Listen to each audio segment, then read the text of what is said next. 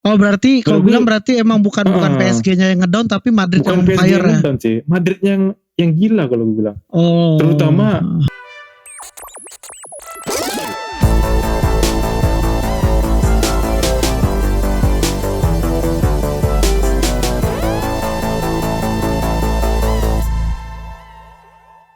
ya, kembali lagi bersama kita di sini Ruang Ganti Football Media. Seperti biasa di sini ada aku Bibis dan iya akhirnya Do ya, setelah sekian lama kita sempat vakum sebulan. Sekian lama. Ini ada aku hampir. Di hampir. Iya benar. Di sini ada aku dan juga ada Rido pastinya. Nah, di episode kali ini kita akan membahas Game Week Review episode berapa ya Do ya? Waduh, berapa ya? 68 tak? Pantai banyak kali. Anjing. Nggak tahu aku. Apa ya? Pokoknya udah episode 20-an. Ya, teman-teman boleh cek aja. Nah, tapi sebelum kita masuk ke pembahasan kali ini, karena pembahasan kali ini cukup seru ya Do ya? Seru, sangat seru ini. Iya, sangat seru bahkan. Ada satu tim yang mesti kita bully banget nih kayaknya. Nah terus bukan apa namanya, sebelum kita masuk ke episode kali ini, nggak lupa kita untuk selalu ngingetin teman-teman semua untuk follow kita di semua sosial media kita dengan nama ruangganti.fm. Dan juga jangan lupa subscribe dan like pastinya. Oke, langsung saja. Liga Champion Eropa memasuki ronde 16 besar. Yang dimana 2 hari lalu itu ada pertandingan antara FC Salzburg menghadapi Bayern Munchen. Kemudian ada apa ini sebut Cuk? Ya gak apa-apa, emang apa. Dan juga ada Liverpool dan juga Inter Milan. 7-1 kemenangan Bayern Munchen. Gimana pendapat kau doh? Review tentang laga ini. No comment. Makanya bilang ngapain kau bahas itu tuh. Aduh, udah. Kenapa emang? Waktu yang leg pertama tuh juga agak aneh juga sih kok bisa imbang kan? Kayak gitu Munchen. Akhirnya kelihatan juga nih di leg kedua. Ternyata emang disimpan dulu mungkin ya. Nggak tahu juga sih. Tapi, iya benar. Ini nggak penting, nggak seru. Nggak seru ya, nggak usah dibahas ya. Nggak seru. Nggak sedikit aja deh. Perbedaan Munchen di leg pertama dan di leg kedua. Kalau gue bilang mungkin leg pertama nggak tahu ya, entah karena aku lupa sih ada beberapa pemain yang kayaknya ada yang nggak main juga gitu. Akhirnya leg kedua main, coba aku lupa siapa ya. Tapi yang pasti ya leg kedua ya apa ya, mungkin ya tim-tim besar tuh kan kadang kayak ketemu magic dikit aja tuh langsung boom gitu loh. Mungkin leg pertama Munchen nggak ketemu itu aja sih. Gitu ya. Itu sebenarnya udah pasti juga kan. Iya benar. Oke deh, itu aja untuk Munchen Salzburg. Match kedua dari Anfield Stadium. Liverpool kalah menghadapi tamunya La Beneamata Inter Milan dengan skor 1-0. Apa yang terjadi dengan Liverpool loh? Kalau aku lihat ya bisa kebetulan tuh kalau aku jujur ya, aku nontonnya babak kedua dan untungnya aku baca Twitter kan.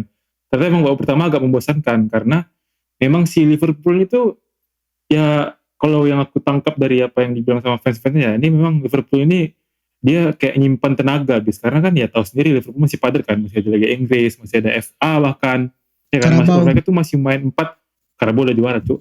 Masih ada 4 gitu, masih ada 3 lagi gitu, maksudnya ya gak salah juga gitu mereka nyimpan kekuatan kan di babak pertama. Cuma mungkin ya sebagai fans netral ya mereka yang nggak bukan fans kedua ini ya agak ngantuk gitu karena babak pertama Liverpool tuh bukan kayak biasanya gitu loh, nggak ada ngepresnya ya juga yang udah aja gitu. Dan Inter juga mainnya bagus sih, cuma ya kayak di Serie A Inter itu ya apa ya, kalau bahasa bola tuh kayak end passingnya tuh jelek gitu babak pertama. Kemudian itu babak pertama bis. Nah baru babak kedua nih ketemu gol Lautaro tuh aku udah yakin wah ini bakal seru nih permainannya tuh. Kayak mungkin Liverpool bakal juga keluar kan karena kayak tinggal 1 gol lagi tuh kan game on gitu loh. Nah ternyata menit 63 gak sampai 64 gol pertama si Lautaro dia 64 maksud aku. Itu kartu merah. Buat aku itu kartu merahnya agak kontroversial ya. Karena kenapa gitu? Sebenarnya kan yang dapat duluan kan bola gitu loh, bukan kaki. Jadi ya why gitu. Kamu gimana bisa menurut kau bis? Kalau menurut aku laga kali ini memang cukup pantas untuk dimenangkan sama Inter, tapi sangat disayangkan ketika Alexis terkena kartu merah. Nah iya benar. Di situ jadi kayak apa ya? Jadi kayak laganya yang tadinya Game seru. over ya. Iya, di situ game over untuk Inter do. Nah, tapi yang sangat disayangkan adalah kan benar yang kau bilang nih, kayak kau tahu sendiri kan perbedaan leg pertama dan leg kedua kan rata-rata kayak di leg pertama mungkin ya beberapa tim itu masih bermain dengan santai, tapi di leg kedua itu udah waktunya untuk semua tim itu mengeluarkan kemampuan terbaik karena di situ penentuan. Terutama yang kalah ya. Iya, karena di situ penentuan tim tersebut bakal lolos atau enggak. Nah, Inter itu emang ngeluarin bahkan menurut aku kemampuan, mungkin ini salah satu laga terbaik Inter musim ini doh. Serius. Pressingnya bagus sih. Iya, ini laga terbaik Inter musim ini. Yang menurut aku kayak pressing mereka mantep. Cuman ya balik lagi tadi yang tadi kau bilang, end passing mereka jelek. Terus kalau kau sadar Inter itu punya peluang cukup banyak loh dari babak pertama. Nah, tapi sangat disayangkan klinikal di lini depan itu mereka masih kurang. Itu yang buat Inter. Nggak ada striker yang ini ya, nggak ada yang bisa kayak kill the game ya, gitu bahasa. Target man benar. Nah, mereka nggak punya target man yang pas di situ. Nah, tapi sangat disayangkan laga ini memang harus dinodai dengan kartu merah Alexis. Kalau enggak, ini mungkin Inter bisa ngimbangin dan bahkan ini bisa lanjut ke extra time doh. Nah mungkin, tapi belum tentu Inter menang juga ya sebenarnya. Cuma yang pasti yang bisa dijamin gitu, ini pasti bakal seru laganya gitu. Bakal seru. Nah emang game overnya tuh di situ, Alexis kena kartu merah udah habis semuanya. Tapi sebenarnya ada lagi sih satu poin yang mau aku ingin bis. Apa tuh? Sebenarnya menurut aku yang agak hilang juga sih ya, siapa lagi kalau bukan Barella gitu kan. Dia kartu merah lawan Madrid kan waktu itu. Benar. Sangat kelihatan sih. Itu tuh menurut aku Barella yang di leg kedua terutama ya, Inter main kayak gitu, itu bakal sangat berpengaruh sih Barella. Mungkin babak leg pertama karena Inter hancur gitu. Kalau babak kedua ini karena apa ya? Barella ini kan salah satu pemain yang punya chance create-nya tuh tinggi itu di Inter. Tinggi banget. Jadi menurut aku ya leg kedua ini kalau ada Barella mungkin walaupun kartu merah juga ya, tapi mungkin bisa beda cerita, mungkin gak tahu juga sih, tapi yang pasti bakal berpengaruh sih. Karena Vidal itu. Lanjut. Nah, karena maksud aku karena Vidal ya biasanya tuh Vidal tuh dibilang fans Inter tuh udah kayak apa ya, kayak siput gitu. Udah lambat lah lari segala macam. Cuma pas main lawan Liverpool kemarin tuh aku lihat ya dia bagus sih, cuma memang yang dibutuhkan tuh bukan cuma sekedar bagus bertahan dan emang menjaga kedalaman, tapi memang butuh yang lebih. Iya, yang dimana justru emang menurut aku dengan kartu merahnya Barella dan diganti sama Ultraman Vidal ini kayak nggak sepadan. Iya nggak pas sih. Emang nggak sepadan. Nah tapi kalau misalkan kita nyebutin itu nih doh, dari pemilihan starting 11-nya Simone Inzaghi nih menurut kau harusnya yang isi posisi Barella nih siapa doh? Iya sebenarnya nggak ada pilihan sih bis. Nggak ada pilihan juga. Cuma kan? Pilihannya antara Vidal atau Gagliardini. Wah Gagliardini itu udah terlalu kacau. Itu kacau banget. Soalnya babak kedua dia kan juga main tuh kan. Iya. Kayak pemain salir Nitana gitu. Iya benar. Emang nggak ada lagi sih bis pilihannya. Emang nggak ada lagi ya. Iya sih emang mau nggak mau sebenarnya. Nah kita kan dari tadi ngomongin Inter nih, sedikit kita nyenggol Liverpool. Apa yang terjadi di laga ini dan Liverpool kenapa nggak bisa manfaatin keunggulan pemain doh? Apa ya kalau aku bilang ya, atau sih memang lagi ndak hoki aja karena salah kan 2 kali kena tiang kena tiang loh. Satu lagi siapa ya? Matip kalau nggak salah, lupa. Matip mungkin ya. Yang pasti salah 2 tiang tuh ya itu udah kelihatan lah, walaupun memang di laga itu salah mainnya nggak kayak biasa sih, jelek sebenarnya. Cuma yang belum itu karena ya salah ya tetap ya salah gitu, dia sejelek apapun ya dia tetap salah kayak gimana bahasanya. Dia tetap salah ya benar kayak gitulah. Tetap bagus gitu ya, gitulah. Dan juga ya seperti yang aku bilang dari awal sih, memang Liverpool kan dia gimana ya bilangnya ya, memang di bawah standar Liverpool biasa, tapi kalau aku secara pribadi sih ngerti maksudnya ya. Mereka butuh menyimpan tenaga karena masih mereka di IPL masih kejar-kejar sama City kan, lagi sengit kali gitu loh. UEFA juga masih ada harapan gitu. Jadi ya enggak masalah juga sih kalau mereka mau main kayak gitu. Cuma kita malah sebagai penonton netral ya membosankan. Justru kalau menurut aku Liverpool itu ketika mereka emang lagi ketinggalan unggul jumlah pemain, menurut aku Liverpool tetap mereka nggak ngejar gol tapi emang milih untuk main aman.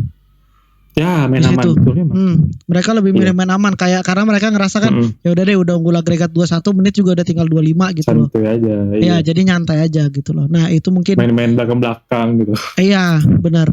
Ini dari match day yang sebelumnya ya Do ya. Ada lagi mau disampaikan Do? Good game. Untuk Liverpool Inter? Enggak sih, aku good game lah. Ya, berat sih di 8 good besar. Game, ya jangan kayak gitu lah Liverpool ya. Iya benar. Jelas. Oke, kita beralih ke Etihad Stadium. Ada Manchester City yang bermain imbang menghadapi. Ini laga friendly bis. Sumpah. Aku nonton gitu? Sumpah nih dikit. Kenapa gitu? Kok tahu nggak orang kayak apa? Kalau mau apa nyetak gol biasanya tuh kan kayak aduh gitu kan ada ekspresi kecewa lah. Ini kalau nggak nyetak gol tuh kayak misalnya gol kick biasa aja senyum semua gitu. Iya aja. Ya cuma friendly match ketawa-ketawa. Bukan friendly match malah apa? Charity. Lebih ke charity. Sumpah. Nah, tengok lah siapa squad Arsenal jadi main kan udah jelas sekali. Iya sebenarnya. Tapi dikit aja. Apakah ini karena City udah unggul agregat 5-0 doh di leg pertama? Sangat lah. Pasti. Iyalah ya. Pasti. Jadi kayak mereka nyantai banget kan di match ini. Tapi Liverpool City nyantai gitu masih pakai pemain yang banyak lapis kedua juga nggak bisa dibobol juga sama Lisbon. Iya sih, benar. Tetap aja beda kelas. Oke lah kalau untuk ini kita udahlah Do ya match charity ya Do ya. Gak perlu charity match. Oke, sekarang kita masuk ke kita terbang ke Spanyol nih Do. Ini waktu yang ditunggu-tunggu sama penonton juga ini Do. Ini dia. Kita dulu. Iya. Dari Santiago Bernabeu. Secara mengejutkan super epic comeback dilakukan oleh Real Madrid dengan skor 3-1. Nah, bagaimana jalannya laga ini Do? Review untuk laga yang satu ini. Kalau aku bisa sebenarnya dari babak pertama pun sebenarnya PSG itu bagus bis. Jujur aja nih ya. Bagus kok mainnya. Benar. Memang ada satu pemain ya, bukan dari rumah, belum sabar. Bukan dari rumah. Danilo sih aku bilang. Danilo Pereira. Kedua berarti. Danilo yang mainnya nggak jelas, satu lagi ya sang pemenang Ballon d'Or yang nggak kelihatan sama sekali gitu. Babak pertama. Oh iya. Itu benar. Untung aja, ya maksud aku untung aja Mbappe bisa gol dan ya apa ya Madrid. Kalau aku bilang Madrid di babak pertama terlalu memaksakan pressing sehingga kayak ada celah itu terlalu luas gitu, terlalu lebar dan akhirnya ya kayak gitu. Akhirnya gol Mbappe. Babak pertama sih gitu bisa aku. Nah kalau untuk aku sih Do kayak babak pertama emang bener yang kau bilang itu Danilo Pereira main cukup apa ya? Kayak nggak ada visi bermainnya gitu loh Do. Emang jelek. Terus masuk ke Madrid mungkin ya di babak pertama mereka itu kalau aku ngeliatnya sih bukan maksa Do, tapi mereka tuh kayak pengen ngeladenin mainnya PSG kemarin di babak pertama. Iya, PSG pun juga. Betul sih. Nah itu jadi kayak Madrid di babak pertama itu main bukan kayak Madrid yang selama ini aku lihat sih meskipun aku jarang nonton Madrid ya di La Liga tapi kayak mainnya mereka kayak mau ngikutin mainnya PSG gitu. Mereka ngeladenin mainnya PSG yang sangat menyerang. Nah La Pulga, Lionel Messi juga tidak melakukan apa-apa dan bahkan kalau menurut aku dia berhasil. Iya itu emang orang udah habis sih kayaknya. Itu mungkin untuk babak pertama gitu Do. Di babak kedua Benzema berhasil menciptakan hat-trick. Ini faktor apa nih Do? Apa ya? Sebenarnya dari sebelum gol Benzema tuh mainnya tuh masih seimbang lah. Tapi semenjak gol dari rumah. Maksudnya semenjak blunder dari rumah yang aduh ini teman-teman pencinta bola yang nonton Serie A bener rumah tuh di Milan udah sering kayak gitu udah sering kali pas pertama kali main pas musim pertama ada terus semenjak gak ada musim kedua ada pokoknya gitu. Setiap musim ada lah pokoknya ada tuh itu ada ya benar-benar itu kan pemain udah nggak bisa nggak cocok lah jadi apa istilah sekarang tuh kayak kiper yang bisa bawa apa sih kiper yang bisa offensive goalkeeper nah terus apa ya itu tuh sebenarnya maksud aku itu tuh pemain PSG tuh nggak ada yang dekat kayak jauh-jauh semua gitu loh. Aku juga bingung kok ditahan dulu ya kenapa nggak dibuang aja atau minimal aku buang corner kayak atau buang ke throw in enggak ini ya udah selesai lah Benzema digituin ya habis sama apalagi pemain Madrid nih dikasih peluang dikit aja tuh sama mereka udah selesai gitu loh ya itulah tololnya rumah. Nah justru kalau menurut aku Dok sejak blunder dari si Donnarumma ini kelihatan pemain PSG itu mentalnya turun doh. Turun kali. Turun jauh mental dari anak-anak PSG. Nah, ini dia yang aku sebut tadi doh, perbedaan leg pertama dan leg kedua lagi-lagi nih. Meskipun PSG dalam keadaan unggul agregat kemarin. Iya kan?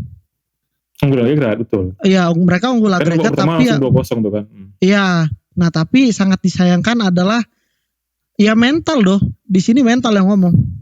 Tapi kalau buat aku bisa, ini mungkin agak beda dari yang dibilang orang-orang ya. Menurut aku sebenarnya bukan mental PSG yang turun sih. Tapi memang mental Madrid tuh kayak gitu, Cuk. Kan gitu gimana? Maksudnya ya tau lah ini kompetisi Madrid gitu kan. 13 gelar masih jauh kali dari yang lain kan. Ya kalau udah kayak tinggal 1 gol lagi, terlebih kayak di kandang sendiri, ya mereka tuh langsung kebakar tuh. DNA UCL yang sebenarnya tuh kebakar gitu. Oh berarti kalau bilang berarti emang bukan PSG-nya yang ngedown tapi Madrid yang PSG fire ya. Ngedown sih. Madrid yang gila kalau gue bilang. Oh. Terutama kredit paling tinggi ya, respect aku paling tinggi sama si Apoy. Modric. Oh, Apoy. Modric anjing itu. Kenapa dia? Kacau kali bis. Kayak umur 16 tahun bisa. Gak kelihatan dia kayak umur 37 ya. Yang kedua ya. Anjing lari kencang kali sumpah. Lari kencang kali itu kan counter kan. Kencang kali ya kayak. Wih, gak ada obat. Gelandang biasa apa kakak nih gue bilang. Iya makanya. Nah sih, tapi ya namanya. Kalau menurut kau nih doh. PSG itu kan seperti yang kita udah tahu sendiri kan. Sang pemilik kan selalu melakukan apapun nih untuk mendapatkan UCL. Iya, untuk mendapatkan UCL terutama. Yang dimana mungkin biaya transfer sama biaya bikin piala UCL tuh lebih mahal biaya transfer yang mereka lakukan doh. Iya kan? Nah, iya betul. apa sih doh sebenarnya? Apa emang PSG ini ada kutukan atau emang mereka nggak punya DNA atau mental apa gimana nih doh? Kayak setiap musim bahkan sekarang pun masuknya Messi pun nggak ngaruh apa-apa gitu loh. Sebenarnya aku nggak ngerti juga jujur ini. Kadang orang bilang kan, wah kau nggak bisa beli trofi pakai duit gitu loh. Tapi benar. Kayak contoh aja Chelsea, Madrid, ya mereka juga jor-joran kan, sama aja kan. Iya, benar. Tapi kalau terus bilang kayak PSG itu nggak ada DNA UCL.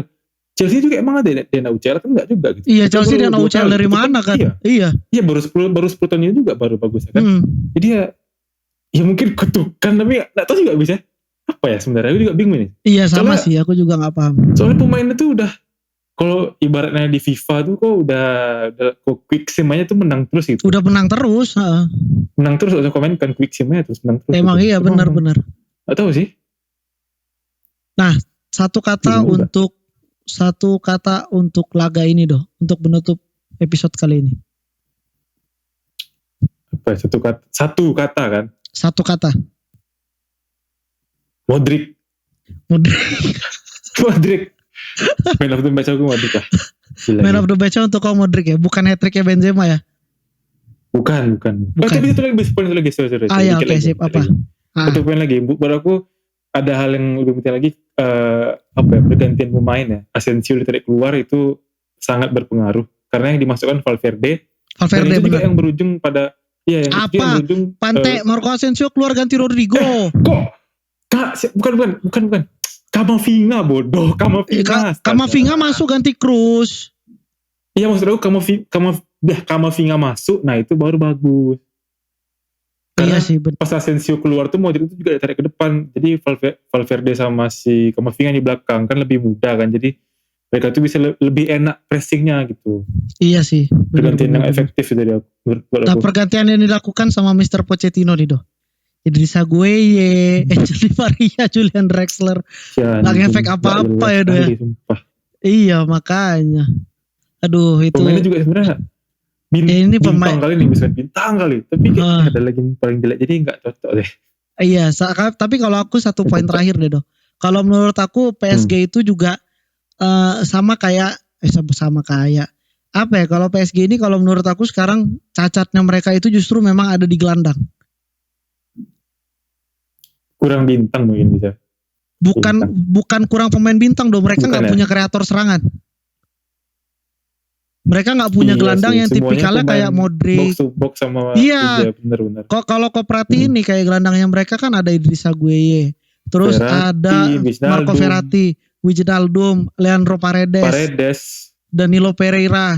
Terus paling Iya sih, kalaupun benar-benar. kau mau punya gelandang yang kreatif, kau cuma berharap sama Ander Herrera dan Drexler yang dimana mereka juga bukan pemain yang oke Drexler dong. juga nggak dapat tempat juga di Makanya utama, Drexler juga bukan pemain yang baik. Nah kalau menurut aku PSG kalau musim depan masih dengan pemain seperti ini, bahkan di Ligue 1 juga mereka udah hampir nggak pasti dapat juara lagi doh.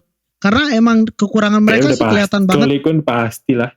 Ya mungkin lah ya. Tapi ya kalau emang Udah kekurangan pasti mereka itu. tuh kalau menurut aku ada di gelandang. Mereka nggak punya tipikal Sepakat. player nomor 10. Mereka nggak punya tipikal yang emang playmaker. Ya itu kebanyakan box to box tadi kan. Sepakat kalau itu. Itu sih kalau menurut aku. Kalau di belakang sama depan udahlah itu udah langitnya sepak bola ya di mereka sekarang. Udah oke, Materi udah pemain oke. mereka udah oke banget. Tapi di gelandang nih. Sangat oke. Nah sentralnya ini, sentral permainan mereka yang emang rusak gitu loh. Itu sih paling. Oke deh. Apalagi ada lagi dong? minggu depan yang seru ya? Minggu depan paling yang seru apa? Atletico MU ya cuma ya paling ya. Iya, paling Atletico MU terus MU aja apa sih. lagi? Gak ada lagi ya? Ya Juve Villarreal yang Villarreal lah. Feeling aku ya sih, Betul gak tahu ya. Iya. Berarti Feeling aku Villarreal. yang perlu ditonton gitu paling ya yang seru. Yang pasti harus kita tonton MU Atletico lah. Atletico MU sih. Oke deh, mungkin untuk episode kali ini hanya itu aja yang bisa kita sampaikan. See you on the next episode.